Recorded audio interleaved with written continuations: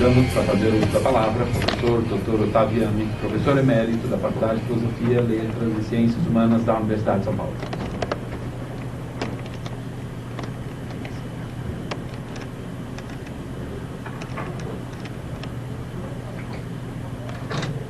Prezados professores, autoridades, representantes, colegas, amigos, alunos, familiares, irmãos, minha esposa Eline e minha neta Ana.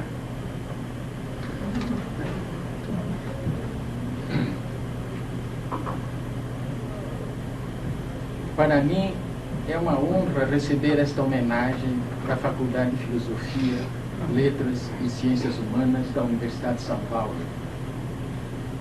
Esta é a faculdade na qual tive a oportunidade de desenvolver a minha formação como professor e pesquisador. Aqui os meus professores sintetizavam muito do que havia de melhor no âmbito das ciências sociais, compreendendo autores e teorias, obras fundamentais e problemas cruciais. Foi a partir dessa formação que pude desenvolver o meu trabalho de professor, pesquisador e autor, procurando dar continuidade ao que aprendi e buscando preservar e desenvolver o compromisso fundamental com a universidade como um lugar da universalidade. Acredito que esta é uma ocasião propícia para homenagearmos a memória e as realizações dos professores Roger Bastide e Florestan Fernandes, entre outras figuras notáveis da história desta faculdade. Bastide e Florestan simbolizam dois estilos de trabalho intelectual, compreendendo a docência, a pesquisa e a narração. Seus escritos tornaram-se referência indispensável para as gerações sucessivas e para todos os que se empenham no desenvolvimento da teoria social. Assinalam dois estilos de pensar a realidade e imaginar a emancipação de indivíduos e coletividades. Sim, o que está em causa é a universidade. Mais uma vez, cabe repensar a universidade. Esta é uma época em que a universidade, em geral, está sendo desafiada para enfrentar principalmente três desafios. Primeiro, está sendo pressionada para ajustar-se ao mercado, ao economicismo, à produtividade mercantil, ao ethos tecnocrático imposto sob todas as formas pelo neoliberalismo. Os requisitos da produtividade e da qualidade total estão sendo impostos à universidade como se esta fosse ou devesse transformar-se em uma fábrica de mercadorias. Segundo, a universidade está sendo desafiada a preservar e a desenvolver o seu compromisso com a pesquisa original e o diálogo aberto com as mais diferentes correntes de pensamento. Além da formação de profissionais, técnicos, professores e pesquisadores, pode contribuir para o desenvolvimento das ciências, da filosofia e das artes. É assim que pode preservar e enriquecer o ethos humanístico, que continua a ser a sua essência. Em terceiro lugar, por fim, a universidade está sendo desafiada a abrir-se para a universalidade, inclusive no sentido histórico, social, cultural e várias das suas implicações. Mais do que nunca, cabe reconhecer que as transformações que estão ocorrendo no mundo, nesta altura do século XX, abrem novos desafios e novas perspectivas para o ensino e a pesquisa. Mais do que nunca, os dilemas e os horizontes das ciências sociais criam novas condições para que a universidade se desenvolva como um lugar fundamental do ethos humanístico. Estes são os desafios e os horizontes diante dos quais tenho procurado situar o meu trabalho nos últimos tempos.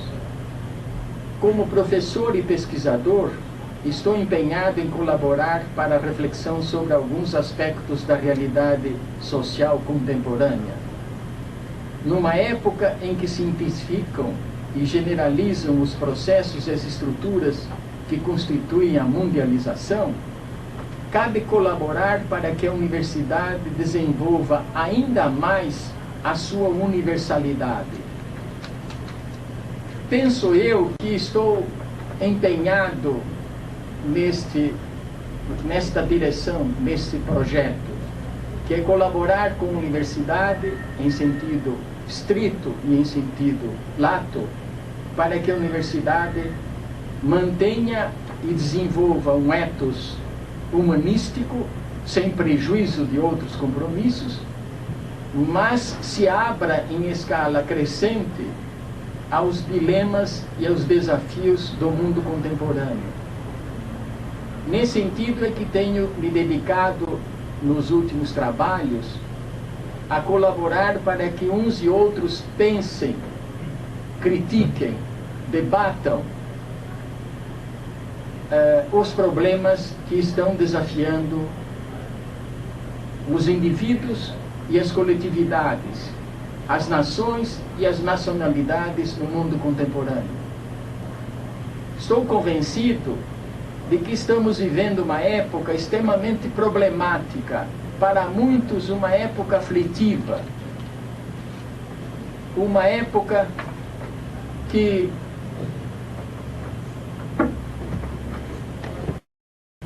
está provocando a uns e outros em todo o mundo sobre o que vai acontecer, o que está acontecendo, porque que aquilo que parecia estável, estabelecido, mais ou menos explicado, de repente se torna problemático, indefinido, e mais do que isso, porque uns e outros começam a se afligir com as modificações que estão ocorrendo no mapa do mundo, no sentido próprio, literal, e no sentido figurado. As linhas que demarcam as fronteiras, os territórios, as convicções estabelecidas, as explicações que pareciam mais do que cristalizadas, tudo isso parece que está em debate. Eu sinto que é um desafio fascinante para nós, por exemplo, nas ciências sociais, darmos-nos conta desse desafio, enfrentarmos esse desafio num plano tanto científico como no plano da vivência, e reconhecer que, em lugar de vivermos, como parece, numa época extremamente problemática, aflitiva, assustadora, que simultaneamente, sem prejuízo de que a época seja aflitiva, problemática, assustadora, vivemos numa época fascinante. Vivemos numa época que abre novos horizontes. Vivemos num contexto, pensando o local, nacional e o mundial, num contexto em que se abrem simultaneamente, também se abrem novas possibilidades, não só de existência, de descortínio, de vivência, mas também de pensamento, de criação, de recriação, de reinvenção, de resgate de contribuições passadas, mas num novo horizonte. Sim, vivemos uma espécie de ruptura histórica. Vivemos um quadro problemático em que se abalaram e continuam a abalar-se as bases sociais e mentais da nossa existência. As nossas referências sociais e mentais estão inegavelmente abaladas. Esse quadro, ao mesmo tempo que é aflitivo, é fascinante e implica que nós estamos vivendo uma época que é, guardadas as devidas proporções, uma época semelhante à da Revolução Industrial Inglesa e Revolução Francesa, uma época de uma ruptura excepcional no âmbito mundial. E talvez com outros olhos e num outro significado se pode dizer que vivemos uma época que corresponde também a uma ruptura semelhante ao que ocorre nos tempos do Renascimento, nos tempos da emergência do mercantilismo, na época em que se realizam descobrimentos e conquistas em várias partes do mundo, provocando desafios para o pensamento, para a filosofia, para a ciência e para as artes. O que houve na época do Renascimento e do mercantilismo, o que houve na época da Revolução Industrial e da Revolução Francesa, em termos de ruptura histórica, e creio que estamos assistindo neste fim de século. Tanto é evidente para uns e outros, mas ao mesmo tempo que isto significa aflições, tanto é evidente que estamos em face de uma ruptura, que já está se tornando fácil dizer que o século XXI já começou, que o século XX praticamente termina com o fim da Guerra Fria, termina com uma série de acontecimentos que assinalam o fim de um ciclo e o início de um outro ciclo. Esse outro ciclo é já também o século XXI, mas não é simplesmente um problema de cronologia, ou de sensação subjetiva, ou de impressões. É também uma ruptura de grande envergadura, de grande significado, que desafia a economia política, que desafia a sociologia, que desafia a política, a ciência política, a antropologia. As várias ciências estão sendo desafiadas para pensar essa realidade. E essa realidade é uma realidade simultaneamente nacional e mundial. Sim, o nosso horizonte, o nosso território, o espaço no qual nós estamos vivendo, não é mais simplesmente o local, não é mais simplesmente o nacional, sequer é mais simplesmente a América Latina, já é um panorama, um mapa do mundo que é o mapa mundial. O que acontece na África, na Ásia, na Europa, assim como o que acontece na América Latina, no Caribe, na América do Norte, tudo isso está muito interrelacionado, tanto no nível do econômico, como no nível do político, no nível do cultural. É fácil demonstrar que já não sabemos mais qual é a linha divisória entre Oriente e Ocidente. E eu acho que isto é um emblema do cenário no qual estamos vivendo. Os processos, as estruturas, as relações, os intercâmbios, a nova organização da sociedade, da economia e da política em escala mundial, tudo isso faz com que se dissolvam certas linhas divisórias e, é claro, se recriem outras linhas, mas em outros níveis, com outros significados. Trata-se de um novo mapa do mundo, trata-se de uma nova realidade social, trata-se de um novo objeto de reflexão científica e trata-se de um cenário no qual todos já estamos vivendo.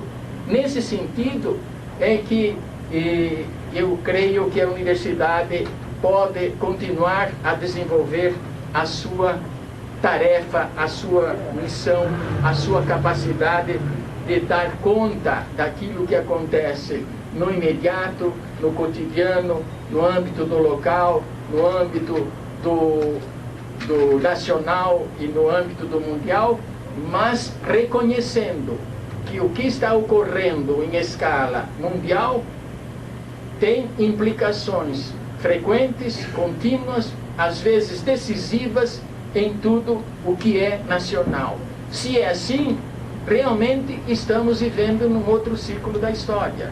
Se é assim, podemos dizer que entramos num ciclo da história em que, de fato, começamos a poder falar em história mundial, em história universal, ou seja, aquilo que é o local, nacional, regional, é também necessariamente, e às vezes muito necessariamente, um capítulo, uma dimensão, uma expressão da história mundial. Em síntese, este é o novo desafio diante do qual se encontram as ciências sociais. Elas estão sendo desafiadas para pensar não simplesmente o nacional, mas também o mundial, em seus impasses e, claro, em suas perspectivas. Além de tudo o que é local, nacional, regional, cabe refletir e reconhecer que tudo que é mundial, transnacional ou global entra nesta realidade, determina aspectos fundamentais dessa realidade local ou nacional. Essas são diferentes esferas da realidade. Tudo que é nacional e mundial são simultaneamente esferas referidas, mescladas, reciprocamente constituídas. Elas não existem isoladamente. Os indivíduos, nós outros aqui neste momento, não somos simplesmente este ou aquele, João ou Maria, brasileiro ou paraguaio, mas somos também membros de uma sociedade que é mundial. Trata-se de reconhecer que agora sim começa a ser possível falar em humanidade, não somente no sentido metafórico, mas também como realidade. Mais do que nunca, agora sim, já podemos dizer que a universidade está realmente desafiada para realizar-se como um lugar privilegiado da humanidade. Muito obrigado.